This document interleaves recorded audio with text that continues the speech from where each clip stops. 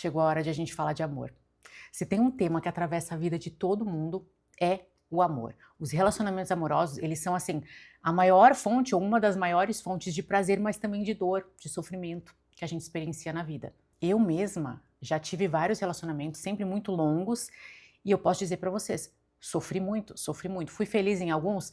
Em alguns, mas com certeza eu aprendi muito nessas relações. E aí tem uma coisa muito curiosa sobre relacionamentos, é que muitas vezes a gente fica se perguntando, né, principalmente quando não dá certo, a gente se pergunta, gente, por que que eu sempre escolho o mesmo tipo de pessoa? Ou atraio, né, por que que eu atraio sempre o mesmo tipo de pessoa? Por que que eu sempre repito os mesmos erros? Será que o amor não é pra mim? Tá, mas peraí, aonde tudo isso começa? Se você é fiel nesse canal, você vai saber a resposta, então arrasa aqui nos comentários. Sim, é na infância. É na infância que a gente aprende o que é ser amado ou não.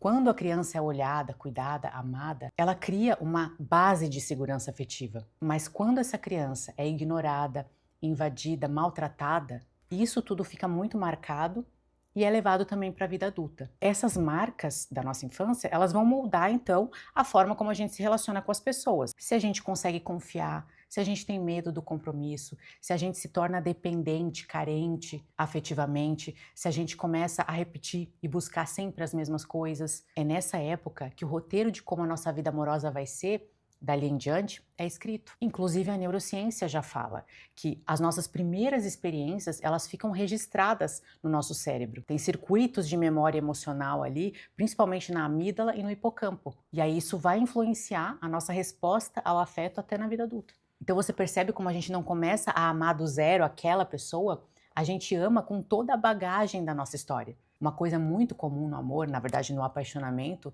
é a idealização. É quando a gente se apaixona não pelo que a pessoa é, por quem ela é. A gente se apaixona pelo que a gente acha que ela é, ou pelo que a gente gostaria que ela fosse. Pensa que no início de uma relação você ainda não sabe tudo sobre aquela pessoa, mas você tem muitos desejos sobre quem você gostaria de ter ao teu lado.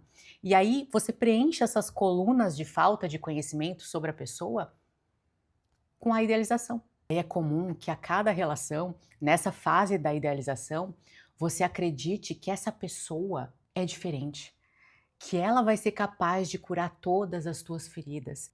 Spoiler, não vai. Não que a pessoa seja uma pessoa péssima, a gente sabe que tem pessoas que de fato são perversas, e eu quero fazer vídeos sobre esse tipo de pessoa, mas a maioria das pessoas, elas são só humanas mesmo, são falhas como eu e você. O único problema de fato, muitas vezes, é que essa pessoa só não é aquilo que você esperava, aquilo que você criou na tua cabeça. O problema é que a gente tende a se sentir enganado, né? Dá vontade de ligar pro Procon, tá enganando o cliente? Mas a verdade é que a gente se auto-enganou sobre aquela pessoa. Tem gente até, inclusive, que dá bastante sinais, tá? É que a gente não queria ver, essa é a verdade. É isso, você caiu no próprio golpe. E vamos combinar, tanto eu quanto você, a gente também tende a mostrar o nosso melhor lado no início de uma relação. E a gente também esconde o pior. Mas não se culpa porque isso também é humano e biológico. A neurociência explica, tá? No início da paixão, o nosso cérebro ele é inundado por norepinefrina, ocitocina, dopamina. Então você trabalha melhor, você treina melhor, você se cuida mais, fica mais bonito e você fica com um foco obsessivo naquela pessoa. Não é mentira, porque essa nossa melhor versão, ela realmente existe. E ela vem à tona quando a gente está apaixonado. Só que quando a fase da idealização, da paixão acaba, e ela sempre acaba, vem a realidade. É tipo quando você está usando um filtro e o filtro cai do rosto, e aí até o que não é feio em você, você acha feio por causa da comparação. É isso. Mas agora me diz uma coisa, você já reparou que muitas vezes pode mudar os rostos, os corpos, mas sempre tem alguma coisa em comum nas pessoas com quem você se relaciona? E aí é engraçado, porque se eu te perguntar qual é o tipo de homem que você quer ter ao teu lado, racionalmente você vai me falar, eu quero um cara respeitoso, fiel, um cara de atitude, um cara trabalhador. Mas por que então que isso é completamente diferente muitas vezes do que você acaba escolhendo? Por quê? Porque não existe pessoas assim? Talvez você esteja buscando uma perfeição que nem você tem. Mas às vezes você escolhe pessoas que não te dão nem o básico, gata. E aí, por que isso? Freud, na sua obra Recordar, Repetir e Elaborar, ele fala que o sujeito, ele não se lembra, ele repete.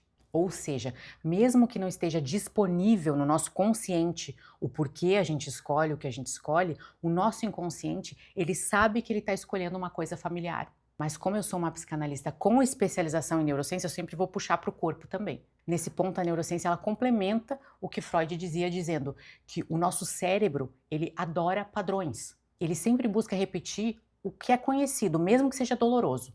Por quê? Porque o conhecido, ele transmite uma falsa sensação de segurança e de conforto. Isso torna muito mais difícil você romper esses ciclos afetivos. Exemplo, uma mulher que teve um pai que gritava com ela, que era grosseiro e agressivo, provavelmente vai escolher um homem agressivo para se relacionar. Uma mulher que viu uma dinâmica em casa onde o homem era bunda mole, vai provavelmente escolher homens que são sem atitude, que são bunda mole. Gente, entendam, os relacionamentos eles são como se fossem espelhos mesmo.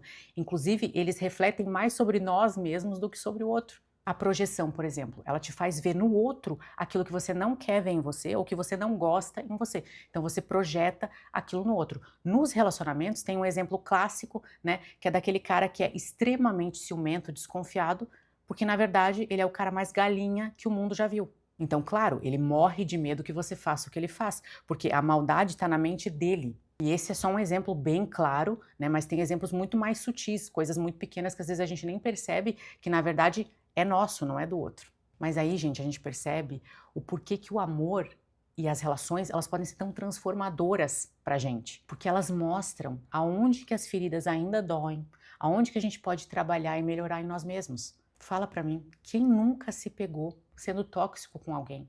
Quando a idealização cai, sobra só o humano mesmo, que todo mundo é. Eu sei, até pra mim, tá? O que mais dói quando você olha para relações que não deram certo é perceber o tempo que você perdeu com a pessoa errada. Pode me odiar, mas amigas falam o que as amigas precisam ouvir e não o que elas querem ouvir. Você precisava dessa pessoa. Nem que seja para, na próxima vez, identificar mais rápido esse padrão e fugir para as colinas. Como a maioria das coisas não são exatamente o que elas são, e sim a forma como a gente vê, como a gente encara elas, para de encarar esses relacionamentos que não deram certo como fracassos. Começa a ver eles como fontes de autoconhecimento. Agora vamos para a entrada do journal do dia. Agora prepara o coraçãozinho porque a gente vai ter que entrar em contato com aquelas memórias de relacionamentos passados que não deram tão certo. Você vai descrever detalhadamente no teu journal tudo aquilo que você enxerga como padrões repetidos nessas relações. Então o que você enxerga que se repete nessas pessoas que você escolhe, e na dinâmica também. Então, traços da pessoa, por exemplo, ele era agressivo, ele era mandão, ele era ciumento, e também traços da dinâmica entre vocês. Então, era um relacionamento que tinha muitas brigas, muitas discussões, tinham xingamentos, enfim, fale tudo aquilo que existia nesses relacionamentos que você já viveu e que parecem que se repetem toda vez, mesmo com pessoas diferentes. Depois você vai se perguntar e escrever também no journal. O que isso me lembra sobre a minha infância? Relacionamento é um tema muito longo e a gente vai falar muito sobre isso nesse canal, porque é um dos conflitos mais presentes nas nossas vidas, né? Eu tô muito feliz de você estar aqui e eu quero muito te ver brilhar. Então hoje a gente vai falar sobre o ciúme e a gente vai entender o porquê que o ser humano é um bicho tão ciumento. Não adianta querer bancar bem resolvida pra cima de Moá, meu amor, porque assim, ciúme e inveja ninguém quer assumir, mas todo mundo sente.